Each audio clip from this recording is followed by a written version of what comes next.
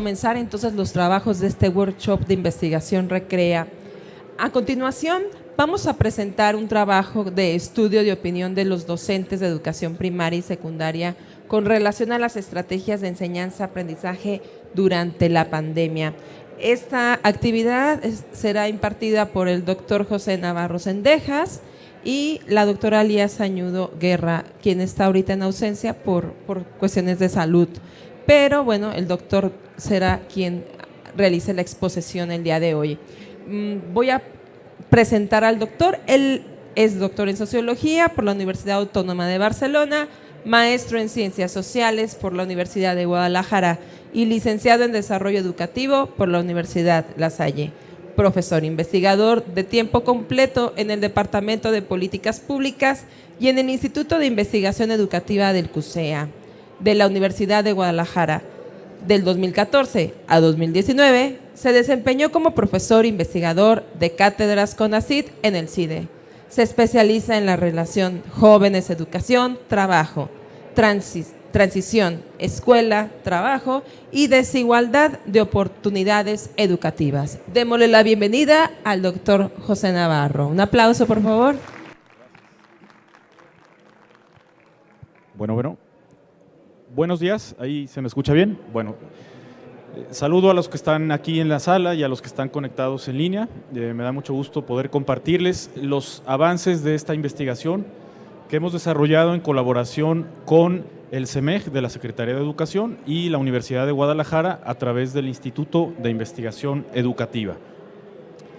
Ahí está la lista de las personas que participamos en la investigación. Les cuento brevemente, el Instituto de Investigación Educativa del CUSEA es una instancia relativamente nueva de nuestra universidad que tiene alrededor de un año de existencia y que es dirigida por el doctor Gilberto Guevara Niebla. Ahí tengo la fortuna de participar junto con una compañera, María Isabel Enciso, y por parte de la Comisión Estatal para la Mejora Continua de Jalisco, CEMEG, participaron la doctora Lía Sañudo, Guillermo Ahumada Camacho, María Isabel Sañudo, Fabricio René Orozco y Enrique Domínguez Ruiz. Este equipo conformamos un instrumento que posteriormente les voy a comentar cuáles son los resultados que obtuvimos. Bueno, saludo al compañero Guillermo, ¿verdad? Guillermo Ahumada, muchas gracias por participar. La doctora Lía iba a estar, pero él está sustituyéndolo, entonces les cuento la dinámica. Yo voy a presentar los resultados de la investigación y el maestro nos va a hacer unos comentarios después de mi participación. Así va a ser la dinámica.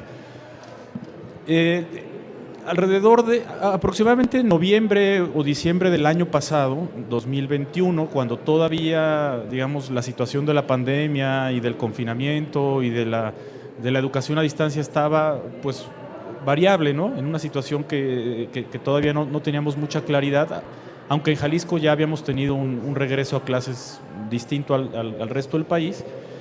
Nos dimos a la tarea de preguntarnos cómo le estaban haciendo los maestros de primaria y secundaria en Jalisco para atender a sus estudiantes después de la pandemia. Pero junto con esa pregunta también nos interesaba saber cómo les había ido durante el periodo de educación a distancia, durante el periodo de confinamiento de la pandemia, ¿sí?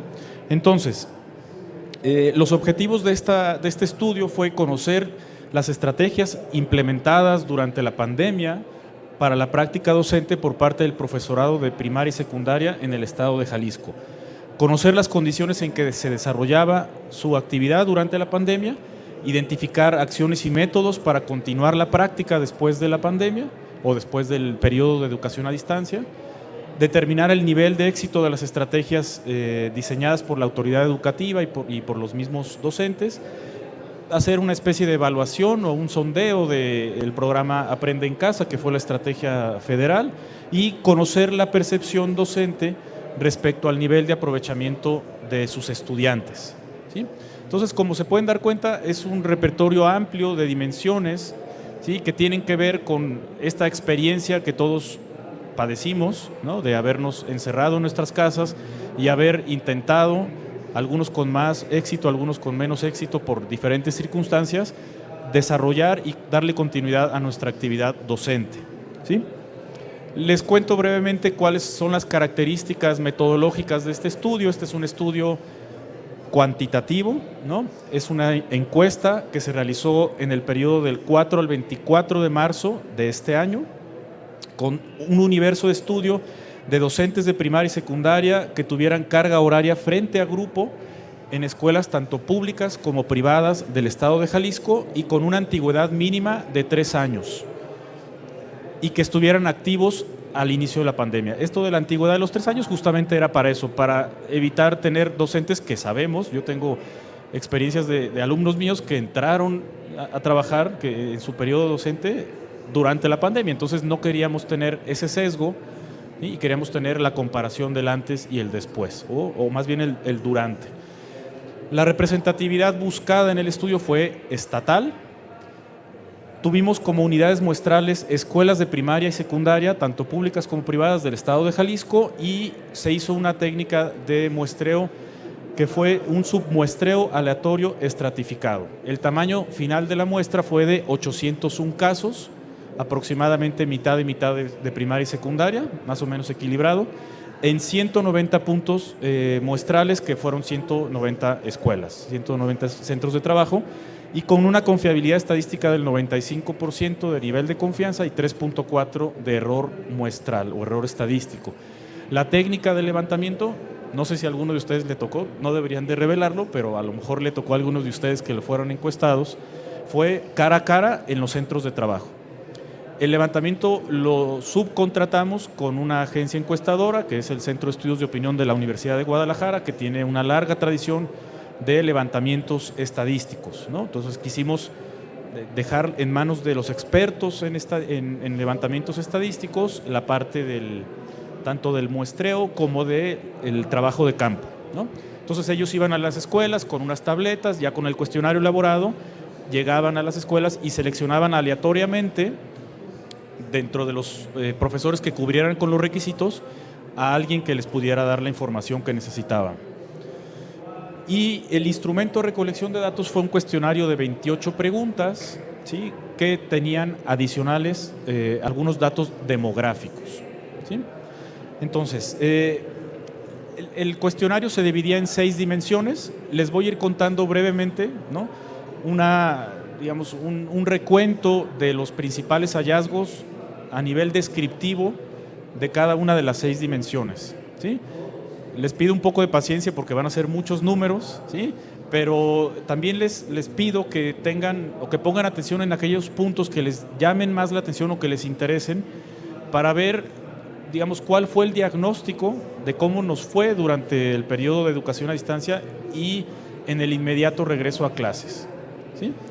Entonces, insisto, les pido un poco de paciencia y vamos a ir viendo cada una de las dimensiones. La primera, que creo que es muy evidente, nos llamaba mucho la atención saber cuáles fueron las herramientas y las características de la comunicación que se empleó por parte de los docentes, tanto con los estudiantes como con los padres de familia, ¿sí?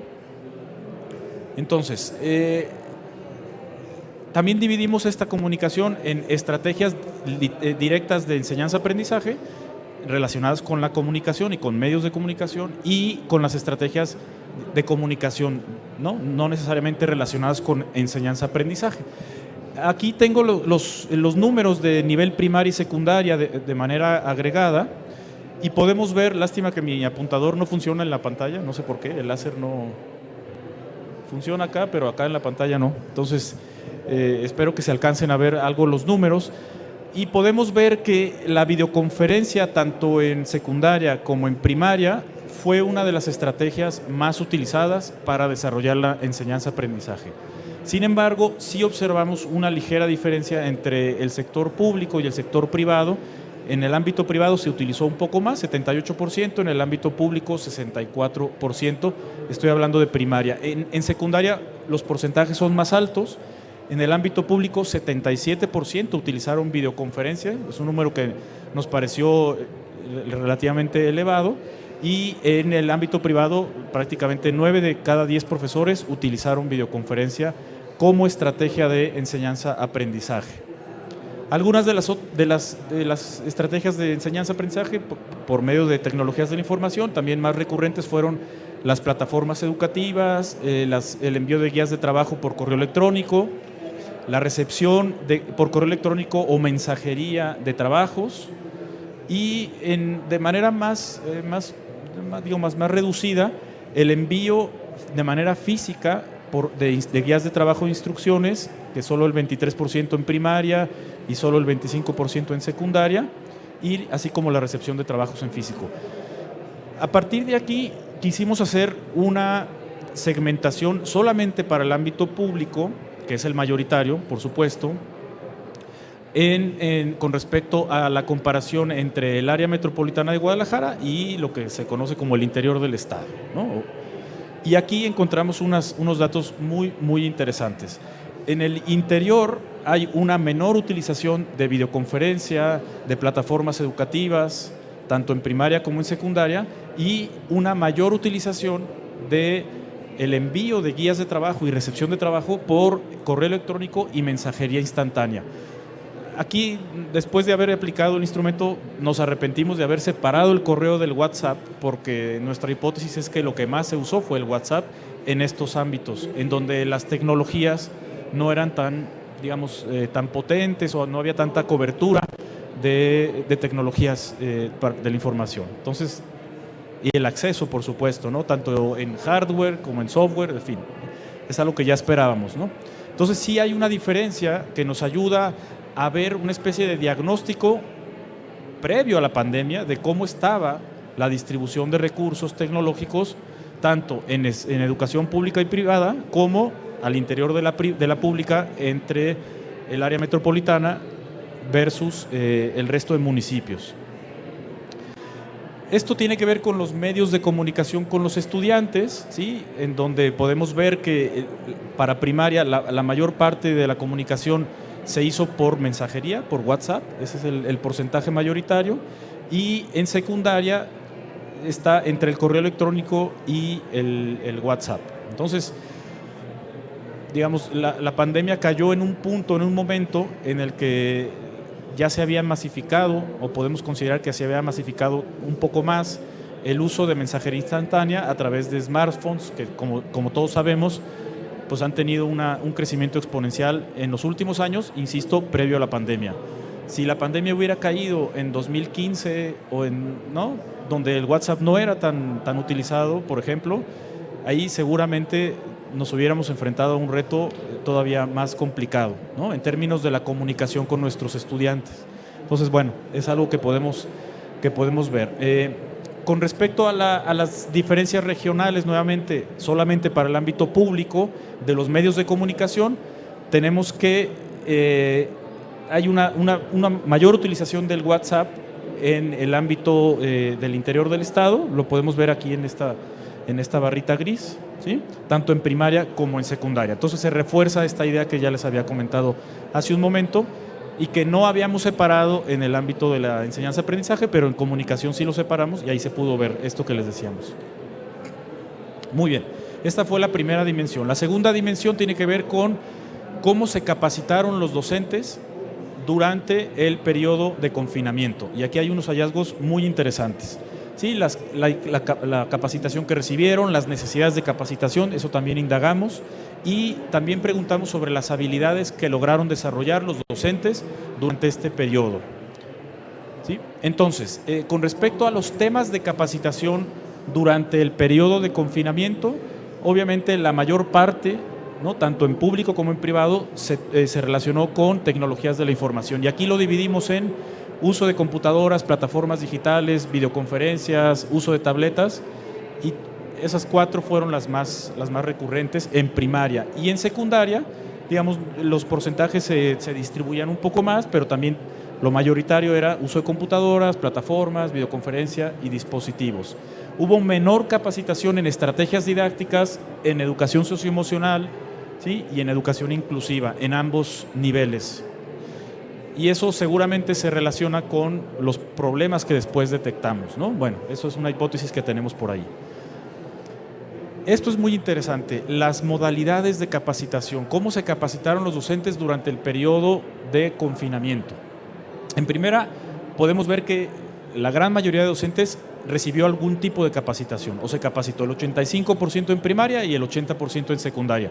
Ese es un dato muy alentador que nos habla del potencial de nuestros docentes en Jalisco, ¿no?, por seguirse preparando y además en un momento que era emergente y que era una coyuntura muy especial. Entonces esa es una primera buena noticia. En segundo lugar, podemos ver que en el nivel de primaria, la mayor parte de los docentes se capacitaron por cuenta propia, ¿sí? Es decir, habla nuevamente de este compromiso de los docentes, pero al mismo tiempo de un cierto, digamos, no abandono, no quiero usar esa palabra, porque las autoridades educativas, sobre todo en los primeros meses, pues estaban vueltas locas, ¿no?, resolviendo un montón de cosas, pero la mayor parte de los docentes, sobre todo en el ámbito público, se capacitaron por cuenta propia, ¿sí? En el ámbito privado, en primaria, sí observamos un porcentaje mayoritario, por ejemplo, de capacitación en la escuela, 54% frente a 20% del ámbito público, ¿sí? Ese también es pues digamos, es un indicador, ¿no?, de tal vez de las capacidades, ¿no?, en ciertos sectores de la educación privada, ¿sí?, por las características que podemos nosotros suponer, ¿sí? En cambio, en el ámbito público, como que esa parte costó un poco más, ¿no?, la atención a la capacitación, al menos en los primeros meses que nos encerramos. En secundaria pasa algo similar, ¿no? El 57% se capacitó por cuenta propia, pero aquí también, incluso en el ámbito privado, 53%. Bueno, este es un dato que nos llamó la atención y que nos parece interesante. Con respecto a las habilidades que lograron desarrollar los docentes, ¿sí?, aquí estamos hablando solamente de primaria. Aquí por alguna razón no aparece, pero la primera barra, la primera de no contesta, esa también fue muy amplia, ¿sí? Aquí nada más para aclarar, es alto el no contesta porque esta pregunta se las hacíamos en tres preguntas, ¿no? Entonces la 1, la 2 y la 3, la habilidad 1, la habilidad 2 y la habilidad 3. Entonces 450, ¿no? O 400, no, ¿dónde está el...? Bueno, no tengo el número de NC, que es muy alto, es porque en alguna de las tres respondió no contesta, ¿sí? Por eso parece inflado, pero el que sí nos interesa más es el primero, que es el que tiene que ver con uso de plataformas digitales, y ahí obviamente es el más alto, ¿sí? Son las habilidades más altas que logró desarrollar. En segundo lugar, y de manera, pues digamos, muy distanciada, ¿sí?, tenemos el apoyo emocional, habilidades digitales, que eso podríamos sumarlo incluso con el primero, porque esta era una pregunta abierta, ¿no? Nuevas estrategias, no dijeron exactamente en qué, ¿sí? Pero sí nos llamó la atención que lo principal que desarrollaron fue el uso de plataformas digitales. Esta es una buena noticia, ¿sí?, si pensamos que antes de la pandemia siempre se decía, o había muchos diagnósticos que afirmaban que los docentes pues tenían carencias en sus habilidades para usar plataformas digitales. Entonces podemos pensar que esta coyuntura reforzó, nos aceleró en el uso y en el aprendizaje de plataformas digitales. En secundaria, algo similar, ¿no? Hablaron de estrategias en general, pero en segundo lugar están las tecnologías de la información y la comunicación, ¿sí?, y las habilidades digitales. Y en menor medida el tema socioemocional y de comunicación, ¿sí? Entonces, en términos globales, lo que más afirman los docentes que encuestamos de haber desarrollado tiene que ver con tecnologías de la información y la comunicación. Ahora viene la contraparte de esa pregunta, es decir, ¿qué necesidades de capacitación perciben los docentes, pero ya cuando volvimos a la presencialidad? Esto ya es en el curso 21-22 en el que se hizo la encuesta, ¿sí? Aquí las tecnologías de la información aparecen con un 27%, pero ya lo mayoritario no es eso, lo mayoritario son las necesidades de capacitación en educación socioemocional. Creo que es algo que ya podríamos, digamos, esperar o pronosticar, pero este estudio nos ayuda a afirmarlo con datos contundentes y representativos a nivel estatal, ¿no? Entonces, hay un hambre, ¿no?, de capacitación en temas socioemocionales a partir de lo que vivimos como docentes, pero también de lo que observamos con nuestros estudiantes. Esto es muy evidente. En secundaria pasa lo mismo, incluso es más alto, 44% del total, ¿sí? aquí se distingue entre el público y privado. En el privado hay un 51% de docentes que necesitan o que dicen requerir esta capacitación. Ahora vamos a pasar a la tercera dimensión, que es la percepción de los docentes sobre el desempeño de sus estudiantes, tanto antes como después de la pandemia. ¿Sí? Esa fue otra de las dimensiones que nos interesó. Esta también fue una pregunta abierta en donde les preguntamos cuáles son las principales dificultades que detectaron con sus estudiantes en el periodo a distancia. Así de general, así de abierto, nos interesaba preguntarlo como un sondeo. Entonces, por eso tenemos aquí un total de 1000, porque se están sumando las tres preguntas, ¿no? Aquí, nuevamente, ya con los estudiantes aparece el tema de tecnologías de la información. No podría ser de otra manera, ¿no? Si los docentes teníamos esas carencias, pues imagínense los estudiantes, ¿no?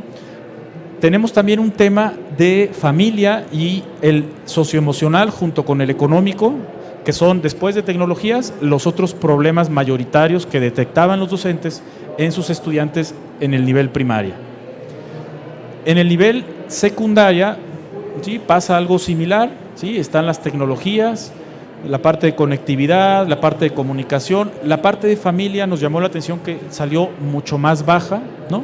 No fue uno de los problemas, digamos, principales o que aparece, ¿sí? Esto tiene que ver con la manera en que lo preguntamos, pero bueno, seguramente si rascamos un poquito más aparecería el tema de familia, pero con otro tipo de pregunta. Esos eran, insisto, problemas generales. Aquí no dividimos entre lo académico y lo socioemocional.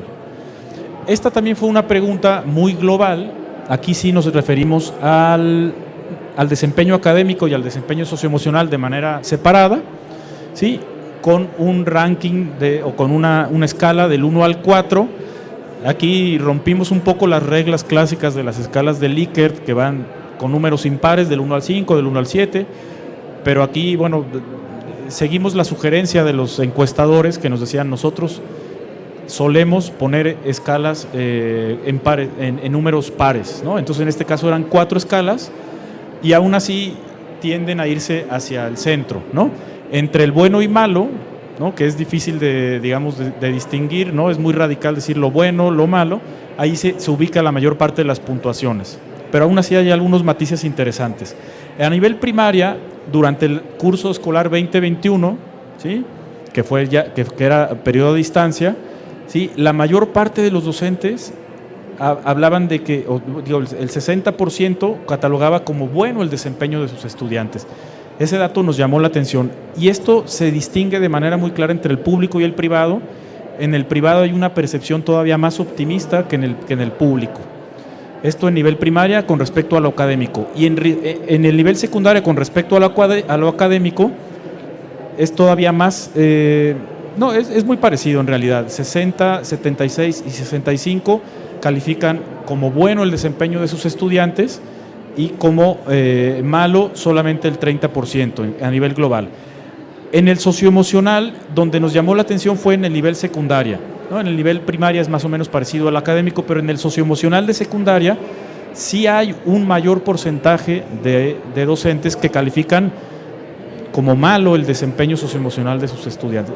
Nos parece que es también un foco de alarma, ¿sí?, que también refleja buena parte de los estudios que se han hecho alrededor de este tema durante estos años. Esto ya es, digamos, la otra cara de la moneda, el desempeño de los estudiantes con las mismas escalas, pero en el curso escolar 21-22, cuando se levantó la encuesta. Y aquí lo que sí observamos es que hay una ligera mejoría en la percepción de los docentes, y particularmente en el socioemocional de secundaria se cambia la percepción. Esto, digamos, quiero insistir en que estos son datos como una fotografía, ¿sí? No hay más investigación a partir de esto todavía, o sea, la podríamos hacer a nivel cualitativo para entender estos números, pero solamente queremos reforzar que esta es una fotografía y así lo debemos de considerar, ¿sí? Esta fue una pregunta también muy general que nos hicimos, que era si los estudiantes, desde el punto de vista de los docentes, manifestaron algún cambio de conducta, ¿sí?, entre lo que tenían, la pregunta era entre lo que percibían antes de la pandemia y en el regreso a clases después de la pandemia. Y aquí sí, la mayoría de los docentes manifiestan que sí había cambios en la conducta. Nuevamente, esta es una fotografía y tendríamos que tratar más adelante de entender, bueno, a qué se refieren con esos cambios de conducta, cómo se manifiestan, cómo los están lidiando con ellos, pero de entrada, la gran mayoría de los docentes perciben cambios en sus estudiantes, ¿sí? Creo que ustedes, si hiciéramos aquí, desafortunadamente no hay el tiempo, pero si hiciéramos un sondeo, podríamos sacar aquí las diferentes dimensiones en las que se manifiestan esos cambios de conducta en el antes y en el después. Con respecto a las problemáticas académicas, aquí también fue una pregunta abierta, ¿no? Que le hicimos, ¿cuáles son las principales problemáticas académicas que perciben en este curso escolar? ¿Sí? Y aquí observamos nuevamente que aparece tanto lo socioemocional como el aprendizaje. Bueno, lo socioemocional es lo que ya había repetido, pero algo que sí no les había comentado en otras dimensiones era problemas en lectoescritura y en aprendizaje. Esos son los que mayoritariamente manifiestan los maestros a nivel primaria, ¿sí? Es decir, ¿con qué problemas te estás enfrentando ya que volvimos a clases? Pues con eso, aprendizaje, que puede ser muy amplio, todavía lo podríamos especificar más, pero bueno, así apareció en la encuesta. Y a nivel secundaria, observen la gran diferencia entre el socioemocional y el resto, ¿sí? Es decir, a pesar de que hubo una mejoría en la percepción, ¿no?, global del desempeño socioemocional, si les preguntamos cuáles fueron los principales problemas que afrontan en este curso, pues es lo socioemocional a nivel secundaria. Y esto seguramente tiene mucho que ver con los problemas que han aparecido en secundaria en meses recientes relacionados con suicidio o con intentos de suicidio, que es, digamos, una manifestación extrema de estos problemas socioemocionales, ¿no?, que se manifiestan de múltiples formas, no solamente ahí. Perdón, esto era todavía en primaria, perdón, pero en secundaria va a aparecer otra vez, perdón, me confundí en los niveles. Ahora vamos a pasar a nivel secundaria, primero las académicas, luego las socioemocionales. Entonces, en las académicas, en secundaria aparece la falta de motivación y la falta de concentración como los principales problemas relacionados con lo académico, ¿no?, que también esto es transversal a cualquier tipo de aprendizaje. Y aquí está más dramático todavía el número, ¿no? Aquí 800, ¿sí? 800 respuestas relacionadas con problemas socioemocionales en secundaria. ¿Sí? Muy bien. Aquí, digamos, es la misma historia, un poco más dramática que ya les había contado. Pasamos a la cuarta dimensión, voy un poco rápido para alcanzar todavía a tener los comentarios, ¿sí? Esta presentación no sé si se pueda compartir a través de algunos medios, ¿no?, a través de Recrea, pero yo intentaré que se comparta en las próximas semanas para que esté la información disponible. Esto tiene que ver con las acciones desarrolladas por los docentes, específicamente con la evaluación de sus estudiantes. Nos interesaba saber qué habían hecho los docentes cuando regresamos a clases para evaluar su desempeño. Entonces, lo primero, antes de preguntar sobre la evaluación, quisimos hacer simplemente una fotografía de cómo en marzo del 2022 estaba el regreso a clases. La mayor parte en primaria, ¿no?, tanto en público como en privado, ya estaba en lo presencial, ¿sí?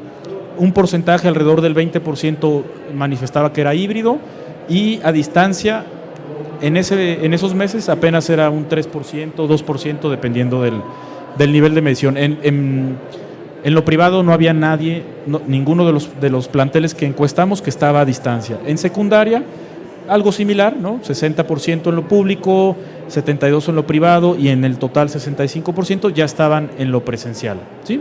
Bueno, ese era un primer indicador, ¿no?, de cómo había sido la estrategia de regreso a clases, que, insisto, en Jalisco tuvo unas características distintas a otros estados, ¿no? Esto también, cuando hicimos la encuesta, había muchos datos o muchos intereses que eran emergentes, porque era un fenómeno que estaba ocurriendo, nos interesaba conocerlo en ese momento. Y sobre todo, algo que no les había comentado, es que uno de los objetivos principales de esta encuesta era informar a la autoridad educativa de cómo estaba, ¿no?, la realidad de los docentes en este periodo, ¿no? Entonces, bueno, eso también es parte del contexto en el cual se hicieron estas preguntas. Si realizaron diagnósticos de aprendizaje los docentes, tanto en primaria como en secundaria y tanto en público como en privado, la mayor parte de docentes manifestaron que sí, que sí habían hecho algún tipo de diagnóstico, lo cual también es una buena noticia para nuestro sistema educativo en Jalisco. ¿Con qué tipo de instrumentos se hicieron estos diagnósticos? Ahí sí fue variable, era una pregunta abierta, ¿sí? Entonces hablaban de una evaluación en primaria, de un diagnóstico de SEP, de examen de conocimientos. En secundaria sí encontramos algo interesante, que era que buena parte de los docentes habían hecho diagnósticos propios, ¿sí? Seguramente esto tiene que ver con la diversidad de materias, ¿no?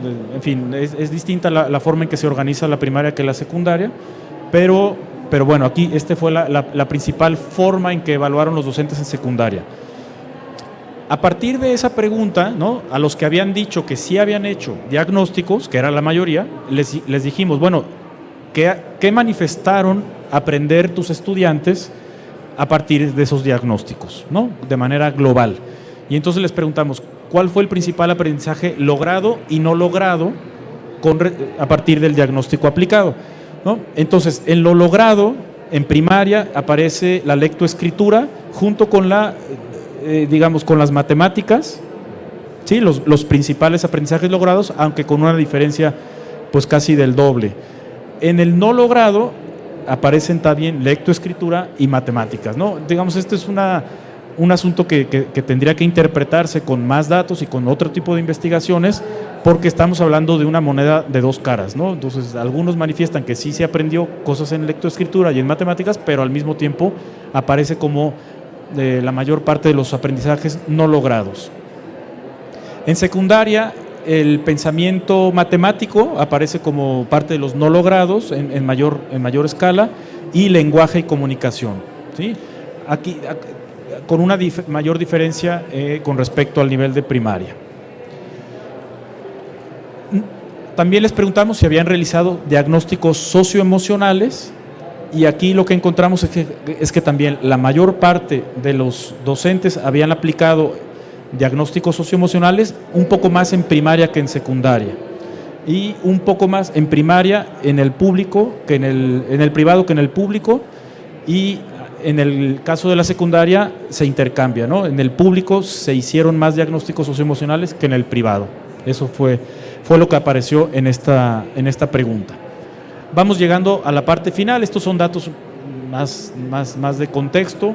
La evaluación de la estrategia Aprende en Casa, esto nos confirma buena parte de las sospechas que ya teníamos, ¿sí? En el ámbito público, la mayor parte manifestó que sí conocía la estrategia Aprende en Casa, o que había escuchado hablar de ella.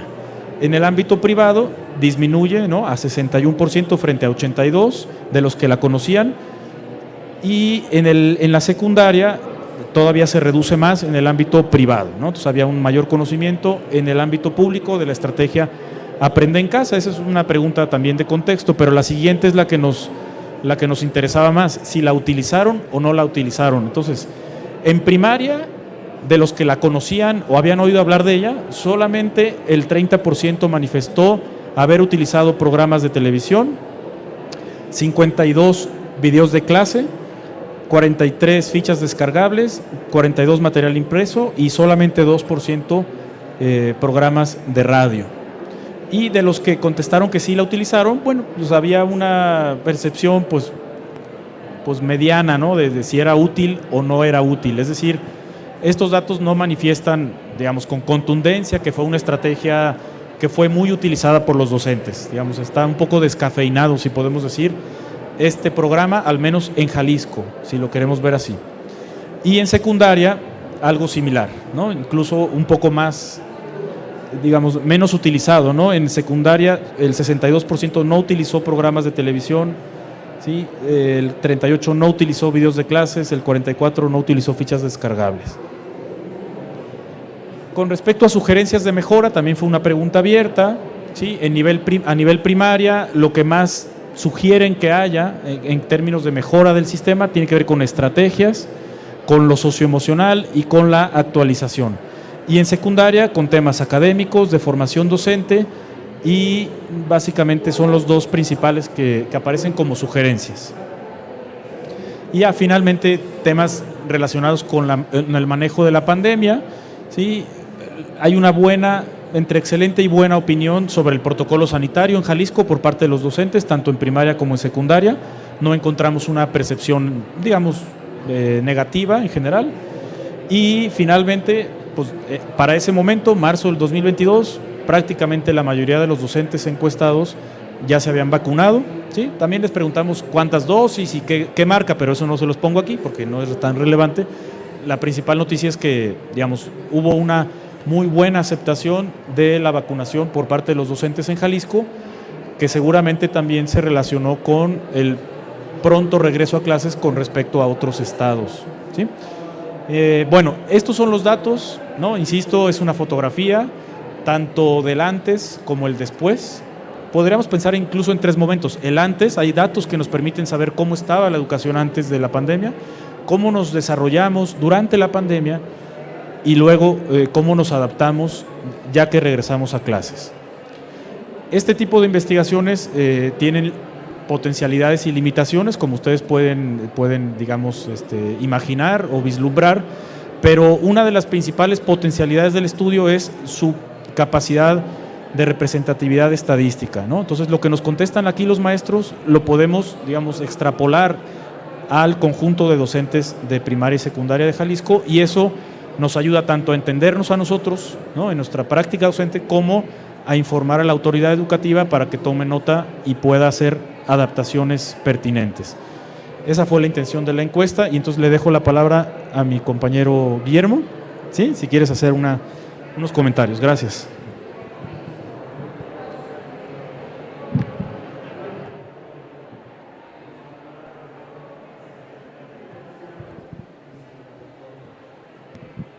Sí, gracias, doctor. Bueno, en primer término, ofrecerle una doble disculpa. Primero, la doctora Lía Sañudo, quien estaría en este lugar, tuvo una terrible enfermedad que prácticamente hoy la tiene sin voz. Y la segunda, el retraso, venía corriendo de otra conferencia, igual para el público en general. Bueno, yo empezaría rescatando la importancia que tiene el estudio. Primero, porque nos ayuda a entender, y rescato también que lo haga la Universidad de Guadalajara, porque nos ayuda a entender que la educación no es un tema que tenga que ser visto como la educación básica por acá y la universitaria por allá y la media superior por allá. La educación es un fenómeno que incluye un todo y que nos tenemos que ver a los ojos como iguales, entendiendo que lo que pasa en educación básica repercute en media superior y en la universidad, y luego viene de regreso, ¿no? Porque también quien se prepara en la universidad, tarde que temprano termina siendo de algún modo u otro un agente educativo. Y rescato de este estudio, pues, que esta parte primera, que nos veamos a los ojos, creo que es importante tomar en cuenta la experiencia vivida que tuvieron los docentes en 3 grandes momentos. Primero, aquel que tuvo que ver con el cierre del ciclo escolar 19-20. Recordando que fue en marzo del 2020 cuando nos mandan a la casa, y entonces prácticamente todos estábamos desconocidos de este tema de la virtualidad y de cómo se iba a llevar. Hubo una gran zozobra con respecto a cómo íbamos a trabajar.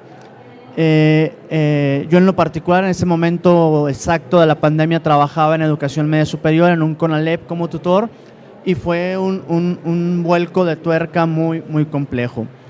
El segundo gran momento que rescata el estudio creo que es precisamente el inicio del 2021, ¿no? Cómo empezábamos bueno, ok, ya pasó esto, y ahora cómo nos adaptamos, ahora cómo empezamos a manejar las tecnologías, cómo pasamos del pintarrón y el plumón a la computadora y a la cámara, y cómo nos empezamos a comunicar. Y el otro gran periodo que creo que tiene que ver es con ya esta etapa vivida, ¿no? Ya pasó la pandemia, bueno, ya pasamos la parte más cruenta de la pandemia, ya pasamos la adaptación al primer ciclo y cómo arrancamos el nuevo. Creo que el estudio rescata 2 grandes elementos de lo vivido por los docentes. Por un lado, lo que tiene que ver con la tecnología, y por otro lado, lo que tiene que ver con el estado socioemocional, no solo del alumno, también el de nosotros como parte, como los docentes, ¿no? Y otra cosa que yo resalto de este estudio es el hecho que haya sido cuantitativo y que ayuda un poco a tumbar estos tabús de que en la investigación educativa todo tiene que ser cualitativa, ¿no? Y esto da un claro ejemplo de que podemos transitar en ambas vías con paradigmas mixtos y que además esto nos ayuda a entender fenómenos de ambos lados, ¿no? Que también la estadística y el número nos dan cuenta y nos relatan una parte de la historia, y que también lo podemos involucrar en nuestras experiencias de investigación. Y justo en esto es en lo que quiero comentar.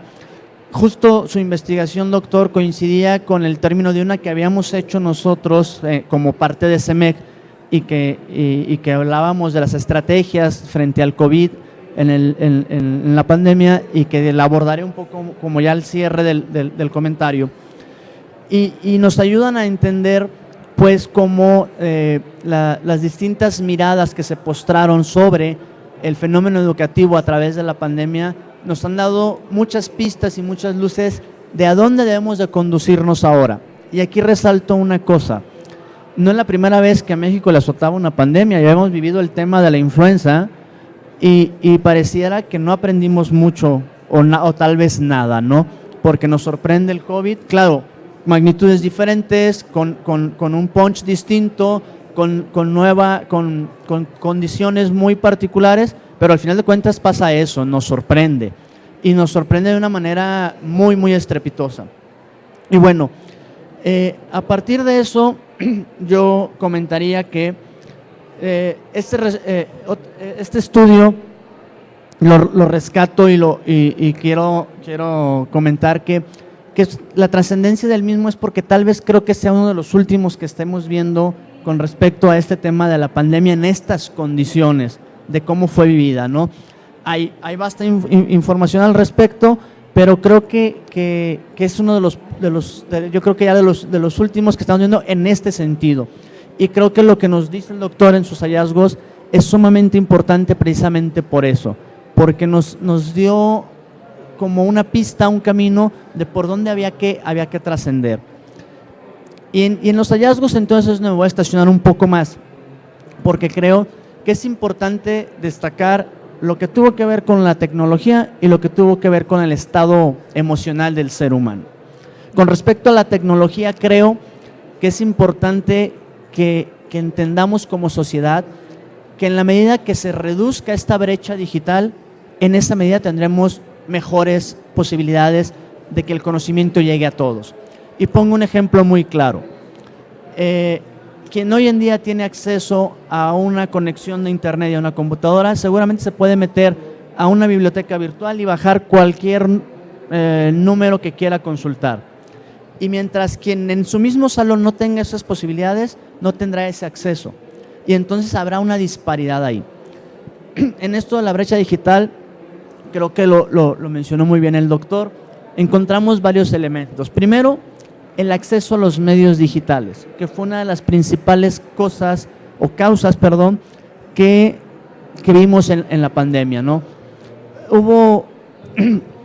Si aquí en la zona metropolitana encontramos que más o menos el 40% de las personas no tenían una computadora en su casa, no quiero pensar cómo se multiplicaría ese número en municipios como Colotlán, como Tuxpan, como Valle de Juárez, como Jilotlán de los Dolores, etcétera, etcétera. Seguramente el número sería diametralmente mayor. El hecho de no tener o de contar con una limitada capacidad de dispositivos fue un elemento que también tuvo o agredió a la educación de los chicos. Imagínense ustedes, por ejemplo, que un padre de familia tiene un alumno en preescolar, un hijo en preescolar, otro hijo que es alumno de primaria y otro hijo que es alumno de secundaria. Y los tres al mismo tiempo tenían que estar conectados. Y había una sola computadora en casa. Hubo familias que tuvieron que hacer un gasto para equiparse cuando menos con un teléfono inteligente de mejores capacidades para que sus hijos pudieran estar aprendiendo, ¿no? Este es un primer elemento que laceró bastante la educación de nuestros chicos en Jalisco. Pero además estaban las dificultades de conectividad. O sea, si el número de personas en la zona metropolitana que cuentan con computadora oscila entre el 40%, yo creo que quienes tienen acceso a conectividad de internet bajaría como a un 30%. Y ojo, aquí había un caso que nos tocó vivir mucho en carne propia, que te decían, es que el niño trae teléfono. Sí, pero el traer teléfono a lo mejor te da acceso a redes sociales, no a la red de información. Y esto tiene que ver con estos paquetitos de 20 pesos que te permiten entrar a Smart, te permiten entrar a Facebook, te permiten entrar a Twitter, etcétera, etcétera. Pero si quieres bajar un archivo, ya se acabó. Y los chicos te decían, oiga, profe, pues entonces, ¿qué hago? ¿Me conecto a la clase o subo los trabajos? Y entonces eso fue una complicación también muy severa, cosa que me lleva a la siguiente reflexión. Creo que el proceso de digitalización de la educación en Jalisco hay que entender que tuvo sus pros y sus contras, que fue muy apresurado, pero creo que en el fondo fue como malentendido, porque la educación virtual, quienes han tenido la oportunidad de estar en estos menesteres, no implica que estés todo el día conectado. Creo que a lo mejor, y esto sería como una sugerencia a las autoridades, sería, oye, pues a lo mejor lo que tendría que pasar es que a lo mejor el chico se conectaba lunes y martes y miércoles, jueves trabajaba y el viernes entregaba trabajo y le retroalimentaban. No necesariamente todo el día tiene que estar conectado. O a lo mejor habría que mejorar las estrategias en las mismas herramientas digitales para que el docente pudiera tener ahí colgadas en el Classroom o en el instrumento que utilizara algunos trabajos con las indicaciones y que las sesiones fueran más de retroalimentación que de estar replicando las cosas en el aula.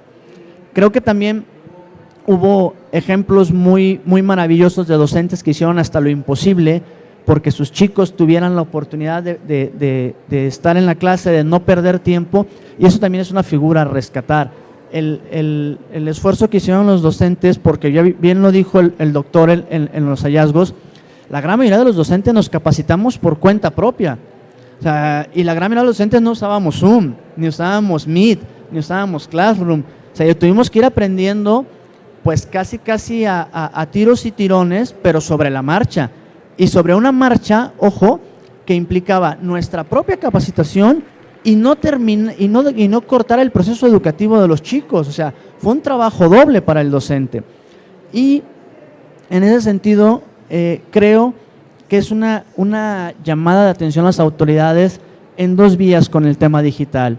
Primero, qué y cómo estamos capacitando a nuestros docentes, y segundo, qué y cuánto le estamos dando de viabilidad, de conectividad, ya no digamos de acceso a medios digitales, digamos que esa fuera parte y responsabilidad de la familia. ¿Qué tanto el gobierno, y ese digamos lo pongo entre comillas, pero qué tanto el gobierno le está dando calidad y cantidad de conectividad a sus estudiantes? O sea, los mandamos al tema digital, ¿con qué? ¿Fueron a la guerra sin fusil? ¿O los mandamos con un tenedor a la guerra? O sea, son como preguntas que quedan ahí para la reflexión y que retrata perfectamente el estudio del doctor, ¿no? Sin embargo, con todo y esto, creo que también hubo, y no se pueden olvidar, aquellos casos de los docentes que aún a pesar de no contar con tecnología, siguieron adelante. Los buzones escolares, por ejemplo, ¿no? ¿Cuántos no pusieron una cajita de cartón afuera de la escuela para que el chico llegara, tomara sus trabajos de la semana y los devolviera a la siguiente semana y tomara los que seguían? Entonces, creo que el estudio nos ayuda a entender que las particularidades de la escuela son vencidas gracias a la creatividad del docente. Y esto es un elemento que no podemos dejar de lado. El docente, lloviera, tronara, relampagueara o cayera el COVID-19, seguía adelante. Y eso es algo que debemos de valorar bastante. La otra parte del estudio que creo que también debemos de tomar muy en cuenta es la socioemocional. Y esta es una parte que a todos, sin lugar a dudas, nos pegó. Y nos pegó en muchos aspectos. Empezaría con el de las familias, yo. Primero, aunque el papá sea profesionista, no quiere decir que sea docente. Y entonces, y si ahorita salimos y agarramos a 4 o 5 papás y les preguntamos, ¿qué está estudiando tu hijo en este momento? Seguramente nos dirían, no sé. Y eso es una llamada de atención a nosotros como familias, porque también tenemos, o sea, la parte de involucrarnos en la educación de nuestros hijos no es solamente comprar el cuaderno y el lápiz, va mucho más allá. Y esta pandemia nos exhibió esas carencias. Primero. Segundo, también es cierto que si los chicos no se podían conectar, ahora imagínense en el ejemplo que ponía antes, súmenle a papá y a mamá conectados para trabajar. O sea, eran 5 personas con una conexión limitada y con una sola computadora. Entonces, también el padre tuvo este temor de decir, ahora ¿cómo le hago para que mis hijos se puedan conectar? Yo no deje de trabajar y mi esposa tampoco. Entonces ese fue otro elemento que fue muy tensionante, el factor económico para el acceso a medios y la conectividad. Y luego entonces pasa ok, le ayudo a mi hijo. ¿Cómo? ¿Cómo le enseño a leer? Okay. Sí. ¿Cómo le enseño a leer? ¿Cómo le enseño a multiplicar? Cosas que yo no sé porque no soy docente. Y terminaría muy rápido con la parte socioemocional del docente. A todos los que estamos aquí que somos docentes seguramente nos pasó que nos cambiamos de tener un turno de trabajo a estar 24/7. Porque el chico nos marcaba o nos llamaba a las 11 de la noche y le contestábamos, nos ponía o nos subía el trabajo a las 2 de la mañana y estábamos, y nosotros, y esto incluso en una plática me llevó a recordarle a su mamá a un amigo, vienes de 2 años de vacaciones. Le digo, vacaciones de haber regresado, porque antes teníamos que estar todos los días, todo el día. No había descansos, no había feriados, no había noches y no había mañanas. Y nos gustara o no, estuvimos ahí.